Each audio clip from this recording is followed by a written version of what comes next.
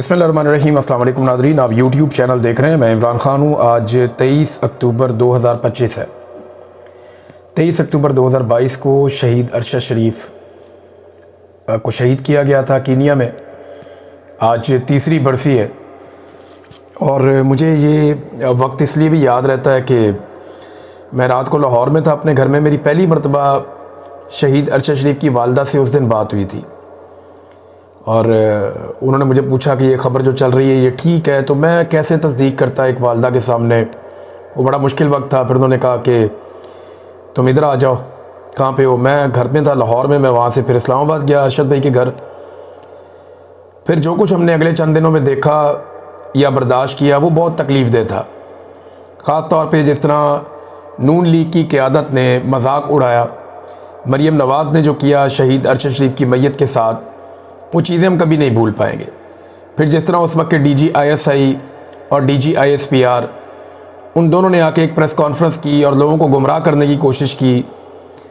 फिर जिस तरह उस वक्त के मीडिया को दबाव डालकर ये कहलवाया गया कि ये एक हादसा था जो कीनिया में हो गया। फिर कभी कोई कहानी कभी कोई कहानी, लेकिन हक़ाइक़ पता चले तो वो वही निकले कि जनाब अरशद शरीफ साहब को वहाँ पे कत्ल किया गया और वो हादसा नहीं था, वो बाकायदा मनसूबाबंदी के तहत कत्ल किया गया। तो कीनिया में तो मिल गया कुछ हद तक इंसाफ शहीद अरशद शरीफ की फैमिली को, लेकिन पाकिस्तान में आज तक इंसाफ नहीं हुआ। आज तक FIR ही दर्ज नहीं हुई जो उनकी वालदा ने दरख्वास्त दी। शहीद अरशद शरीफ की वालदा की एक दरख्वास्त है जो मुबशर जैदी साहब ने और बहुत सारे हमारे दोस्तों ने ट्वीट कर रखी है। वो दरख्वास्त आज भी मौजूद है सोशल मीडिया पे, जिसमें उन फ़ौजी अफसरान के नाम हैं जिनके बारे में अरशद शरीफ ने और उनकी फैमिली ने बताया था कि इनसे उनकी जान को ख़तरा है। तो वो FIR आज तक दर्ज नहीं हुई। एक सो मोटो नोटिस हुआ था जिसमें मैंने ही वो कंपेन चलाई थी, पाकिस्तानियों से दरख्वास्त की थी कि चीफ़ जस्टिस को लेटर लिखो सब मिलकर। इमरान खान साहब से भी रिक्वेस्ट की थी, उन्होंने भी लेटर लिखा था, मुझे आज भी याद है। मैं ख़ुद गया था उनसे लिखवाने के लिए। तो इतने लेटर लिखे पाकिस्तान ने कि सुप्रीम कोर्ट ऑफ पाकिस्तान का जो डाक का सिस्टम है वो चौक हो गया था। फिर सुप्रीम कोर्ट को नोटिस लेना पड़ा सो मोटो, लेकिन बदकिस्मती से 26वीं आईनी तरमीम पास हो गई और सो मोटो का इख्तियार भी सुप्रीम कोर्ट का ख़त्म हो गया और वो जो एक केस चल रहा था वो भी नहीं रहा। लेकिन इस केस के बारे में मैं एक बात बताता हूँ कि जो लोग अरशद शरीफ की शहादत के ज़िम्मेदार हैं वो बहुत डरे हुए हैं, बहुत घबराए हुए हैं। यानी मैं ज़ाती तौर पर यह जानता हूँ कि उन्हें सबसे ज़्यादा जिन चीज़ों की फ़िक्र है उनमें से एक शहीद अरशद शरीफ का कत्ल भी है, क्योंकि इसके बहुत सारे गवाह पाकिस्तान में मौजूद हैं और वक्त आने पर ये सारी चीज़ें आपको नज़र आएंगी। मुझ पर, साबिर शाकिर भाई पर, समी इब्राहिम साहब पर, दीगर सहाफ़ियों पर और अरशद शरीफ पर मुकदमात एक साथ हुए थे और हमारे मुद्दई भी मिलते जुलते ही थे। वो मुद्दई सारे पाकिस्तान में ही हैं, कहीं भागे नहीं हैं। उन मुद्दईयों से हमने बात की है। वक्त बदलेगा, वो बयानात देंगे, वो बताएंगे उन्हें किसने मजबूर किया था हमारे ऊपर मुकदमा दर्ज करने के लिए। वो पुलिस वाले भी सारे वहीं पर मौजूद हैं। ये लोग जब अपनी कुर्सियों से उतरेंगे ना तो ये भागेंगे पाकिस्तान से, क्योंकि इनके पास पाकिस्तान में रुकने की जगह नहीं बचेगी और पाकिस्तानी इनको छोड़ेंगे नहीं। और पाकिस्तान का पूरा मीडिया अरशद शरीफ के केस में मुद्दई बनेगा, ये मैं जानता हूँ। अभी तो मीडिया डरा हुआ है, कोई लोग बात करते हैं, कोई नहीं करते, कोई लोग गोल मोल बात करते हैं, कोई लोग बात को छुपाते हैं। बहुत कम शहीद अरशद शरीफ के ऐसे दोस्त हैं जो बात कर पाते हैं, बहुत सारे नहीं कर पाते। लेकिन मैं ये जानता हूँ कि लोग बात करेंगे। जब वक्त आएगा तो सारे खुलकर निकलेंगे और बाहर आकर बात करेंगे। बस इस इशू को ज़िंदा रखने की ज़रूरत है। ये सारे किरदार एक दिन कटहरे में आएंगे। अरशद शरीफ की वालदा की दरख्वास्त के मुताबिक FIR भी होगी और फिर ये लोग इंसाफ के कटहरे में आने के बाद सज़ा भी पाएंगे, यहाँ भी पाएंगे, अगली दुनिया में भी पाएंगे। इन्होंने बहुत जुल्म किया, बहुत जुल्म किया इन्होंने। नाज़रीन, इमरान खान साहब ने कहा था कुछ अर्सा पहले कि उनको बार बार पेशकश की जाती है। कभी कहा जाता है पाकिस्तान से बाहर मुंतकिल कर देते हैं, कभी कहा जाता है बनीगाला मुंतकिल कर देते हैं, कभी कहा जाता है कि आपको जनाब आज़ाद कर देते हैं। यानी बार बार इमरान खान साहब को डील ऑफ़र की जाती है और इमरान खान साहब इनकार कर देते हैं। आज से कुछ अर्सा पहले मोहसिन नकवी ने इमरान खान साहब को मुखातिब करते हुए ये ट्वीट किया था कि इमरान खान साहब बताएं आपको किसने डील ऑफ़र की है। कोई आपको डील ऑफ़र नहीं की और बड़ी बड़ी बातें कर गया मोहसिन नकवी उसी एक ट्वीट के अंदर। लेकिन आज मोहसिन नकवी जिन पार्टियों का मरहून मिन्नत है, या जिनकी वजह से मोहसिन नकवी आज सेनेटर बना हुआ है, उनके अहम तरीन रहनुमा वफाकी वजीर तारक फजल चौधरी साहब ने स्टेटमेंट देके मोहसिन नकवी को झूठा साबित कर दिया और इमरान खान को सच्चा साबित कर दिया। तारक फजल चौधरी साहब एक टॉक शो में बात कर रहे थे, आसमा शरादी साहिबा का टॉक शो था, उनके साथ अवैस अहमद साहब मौजूद थे, मुस्तफ़ा नवाज खोखर साहब भी मौजूद थे। तो उन्होंने कहा कि तहरीक इंसाफ दरखास्त देकर इमरान खान साहब को बनी गाला मुंतकिल करवा ले, यानी तहरीक इंसाफ दरखास्त दे, इमरान खान को बनी गाला मुंतकिल कर देंगे। हम पहले भी पेशकश कर चुके हैं, इमरान खान ने अभी तक दरखास्त नहीं दी। ये वफाकी वजीर तारक फजल चौधरी साहब कह रहे हैं। यानी नवाज शरीफ साहब को अस्पताल पहुंचाना हो तो ये घुटनों पे बैठ जाते थे PMLN वाले, पाकिस्तान से बाहर पहुंचाना हो तो 50 रुपए के स्टाम्प पेपर के ऊपर निकाल देते थे। हमेशा नवाज शरीफ ने डील की है, आसिफ अली जरदारी ने डील की है, लेकिन इमरान खान डील नहीं करना चाहते। वो अपनी ज़ात के लिए डील नहीं करना चाहते। वो कहते हैं एस्टेब्लिशमेंट आए बैठे बात करे, उन्होंने निकलना कैसे है बाहर, हम इलेक्शन करवा के पाकिस्तान खुद संभाल लेंगे। तो एक्चुअल तो मामला यह है कि एस्टेब्लिशमेंट के कब्जे से पाकिस्तान निकले, हुकूमत चाहे बाद में किसी की भी आ जाए। यानी अभी मकबूलियत अगर PTI की है तो एक आधी हुकूमत उनकी बन जाएगी, अगर डिलीवर करेंगे तो दोबारा बनेगी, नहीं करेंगे तो पीपल्स पार्टी की या PMLN की बन जाएगी। ये ऑब्वियस है, पॉलिटिकल पार्टीज एक के बाद एक हुकूमतें बनाते रहते हैं। प्रॉब्लम यह है कि एस्टेब्लिशमेंट का कोई सियासत में किरदार नहीं होना चाहिए, लेकिन बदकिस्मती से वो सियासत में किरदार अदा करते हैं। अब एक मरतबा फिर जो है वो साबित हो गया कि इमरान खान साहब ने जो कहा कि उनको बार बार पेशकश की जाती है, वो इमरान खान साहब की बात दुरुस्त थी। मोहसिन नकवी साहब ने गलत बयानी से काम लिया था। ये तारक फजल चौधरी साहब के स्टेटमेंट से ये पता चलता है। देखिए, मैं आपको ये बता देता हूँ जो मेरे पास इंफॉर्मेशन है कि एस्टेब्लिशमेंट इमरान खान साहब से बात करना चाहती थी।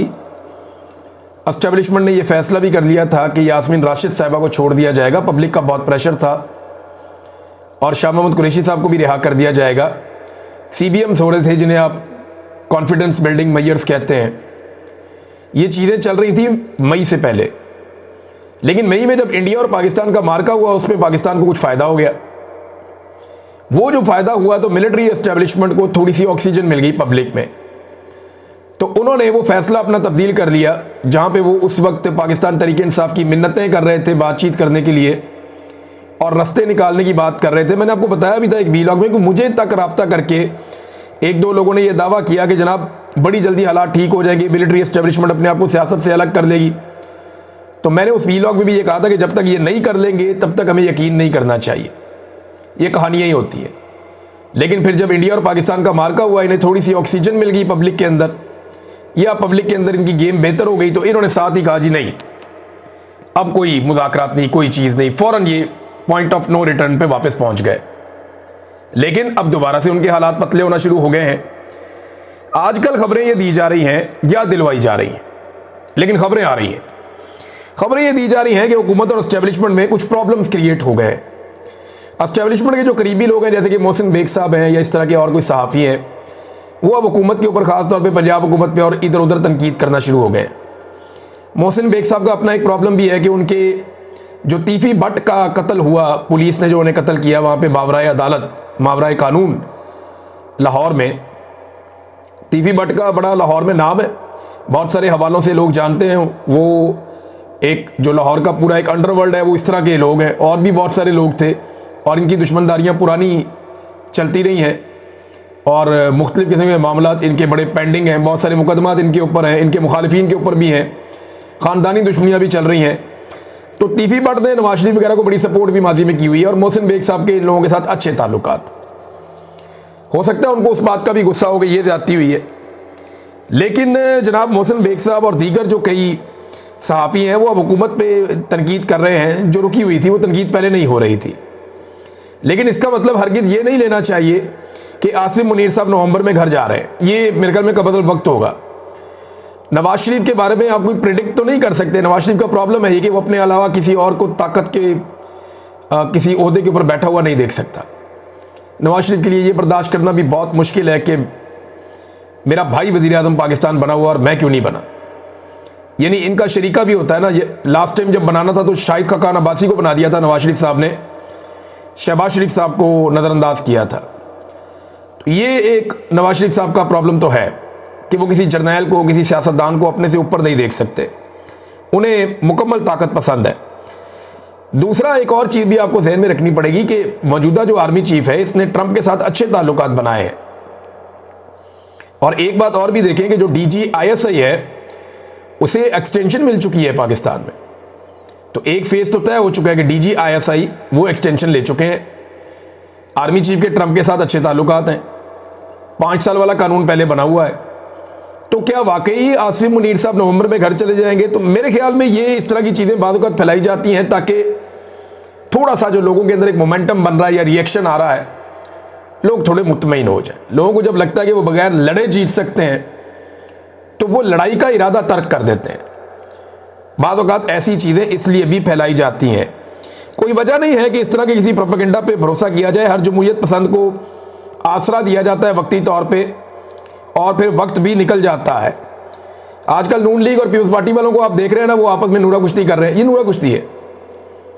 जैसे ही इमरान खान मैदान में आएगा आप देखिएगा ये दोनों मिलकर इलेक्शन लड़ेंगे। जैसे ही इमरान खान मैदान में आएगा आप देखिएगा ये इकट्ठे हो जाएंगे और ये इमरान खान के दुश्मन बन जाएंगे और ये एक साथ मिलकर इमरान खान को मारेंगे। ये नूरा कुश्ती इसलिए कर रहे हैं कि अपने अपने हलकों में अपने अपने लोगों को थोड़ा सा एक्टिवेट करें, क्योंकि इनके कारकुन की अब ये कैपेसिटी रही नहीं कि वो पाकिस्तान तहरीके इंसाफ का मुकाबला करे या उनके बयानिए का मुकाबला करे, लेकिन एक दूसरे के बयानिए का मुकाबला ये कर सकते हैं। तो इसलिए कारकुन को मुतहर्रिक करने का इन्होंने एक नया तरीका निकाला है, उस पर आजकल काम कर रहे हैं। राणा सनाउल्लाह का एक बयान आया, उसको आप नज़रअंदाज नहीं कर सकते इस मौके पर, क्योंकि थोड़ा अजीब बयान है। उन्होंने कहा जी, फील्ड मार्शल आसिम मुनीर के होते हुए सियासतदानों ने अगर मौका गंवा दिया और मसाइल हल ना किए तो शायद कल कोई ऐसा आ जाए जो उनको मौका ही ना दे। मेरी बात याद रखें।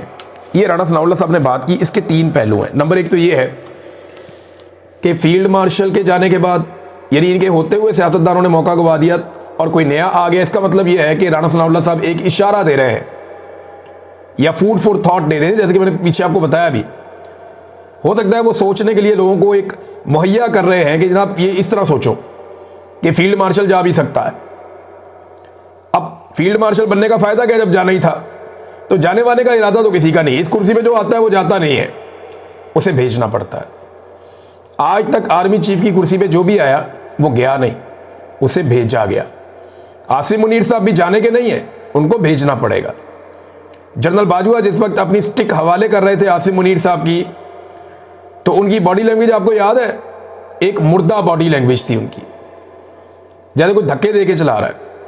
तो जाते हुए कोई भी खुश नहीं होता, सब नाराज होते हैं, सब परेशान होते हैं। तो आसिम मुनीर साहब ने भी जाना थोड़ी, इनको भेजना पड़ेगा। जो भी आर्मी चीफ होता है वो ऐसे ही होता है।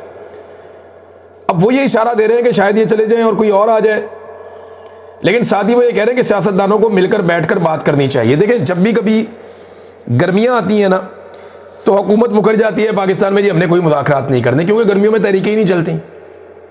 आप देखें कि अप्रैल, मई, जून, जुलाई, अगस्त, सितंबर तक हुकूमतें घास ही नहीं डालती हैं पोजीशन को।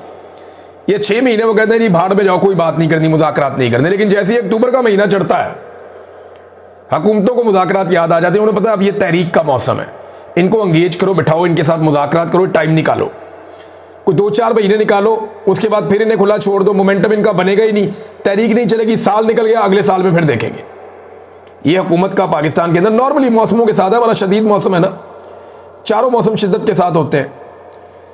तो ये एक हिकमत अमली होती है। हो सकता है राणा सनाउल्लाह साहब की हिकमत अमली हो।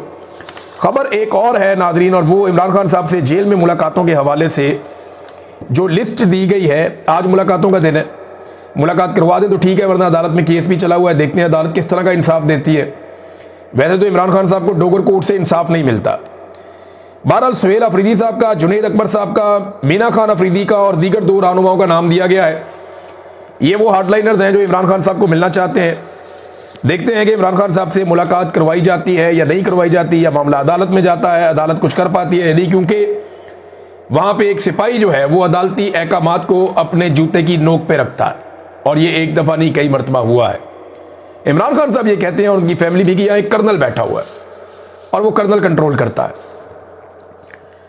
नाज़रीन, जुनैद अकबर साहब ने एक इशारा दिया, और उन्होंने कहा जी कि हम दोबारा एहतजाज में हमने जाना है, हमें जाना पड़ेगा एहतजाज में, रास्ता कोई नहीं है।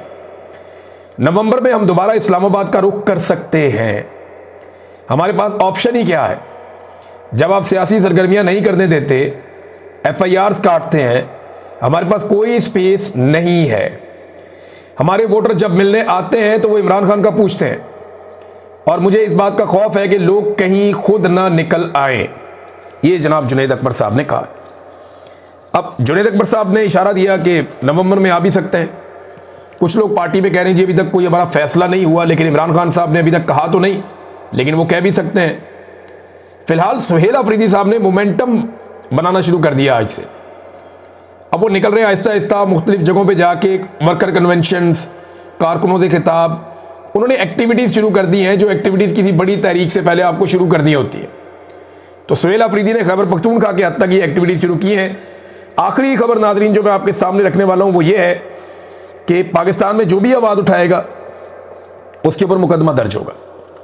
आवाज़ उठाना पाकिस्तान में इस वक्त सबसे बड़ा जुर्म है, चाहे आप सेनेटर हैं, रुकन असम्बली हैं, कौमी असम्बली के, सूबाई असम्बली के, आप कोई भी हैं, लेकिन अगर आपने पाकिस्तान में आवाज़ उठाई जुल्म के ख़िलाफ़ तो आपको पीका का सामना करना पड़ेगा, मुकदमात का सामना करना पड़ेगा।